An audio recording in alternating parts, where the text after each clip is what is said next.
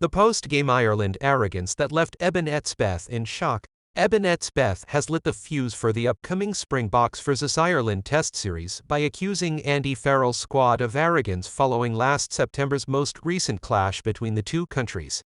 South Africa were beaten 8-13 by the Irish in Paris, but the defending champions from 2019 went on to retain their crown by defeating the All Blacks in the 2023 final 5 weeks after their Pool B loss. The Springboks are now set to host Ireland in matches in Pretoria and Durban, and with less than 10 weeks to go before the July 6 opener at Loftus Versfeld. Etzebeth has upped the ante by describing the Irish as arrogant in their post-match reaction at Stade de France 7 months. Etzebeth was interviewed post-game in Paris by Rugby Pass TV, click here to watch, and he predicted the Springboks would settle the score with Ireland in the final. If the Irish made it through, the 32-year-old has now explained what he was alluding to when making that comment, revealing that about half of the Irish matchday 23 that he shook hands with post-game in Paris said see you in the final, even though they knew they had to play the All Blacks in the quarter-final. The Springboks lock felt this attitude towards New Zealand to be very dismissive, a story he has now explained during an appearance on the latest episode of the Rugby Pod. "I remember what I said to you," said Etzebeth to Jim Hamilton, the Rugby Pod host who had interviewed him post-game at Stade de France for Rugby Pass TV, "when I said that after the game. The thing was obviously you shake the guy's hands, and probably 12 out of the 23 when I shook the hands told me, see you guys in the final. Because the way the logs worked out we were going to play France, and they were going to play New Zealand, and my immediate thought was, are these guys seriously not even thinking about the All Blacks in the World Cup quarter-final playing against them? So that remark they made, see you guys in the final.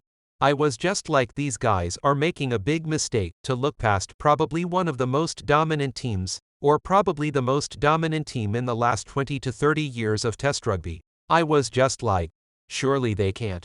I mean we would never say that because we knew we had the host nation, and we knew we had to pitch up to beat France in their backyard. Yo, it just felt like they were just so confident saying things like that. See you in the final when you knew you had got the mighty All Blacks coming in a World Cup quarter-final. It's good to be confident, but you can never be arrogant in this game, because that's the thing about rugby, you can have the best season, and you can have one slip-up, or one missed tackle, and a guy puts you on your arse. That is the beauty of this game.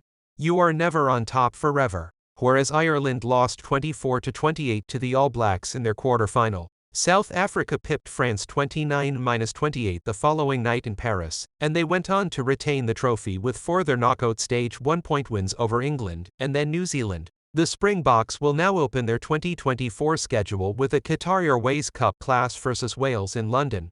But Etzebeth suggested it's the series against Ireland that has captured the imagination of all rugby fans. We want consistency between World Cups, he said when asked what is next for South Africa. We all know 2027 is the next big one, but you do want to be competitive. We want to win 1 or 2 rugby championships within this phase.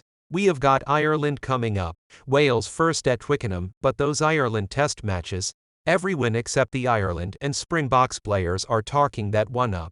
Everyone is talking about that game.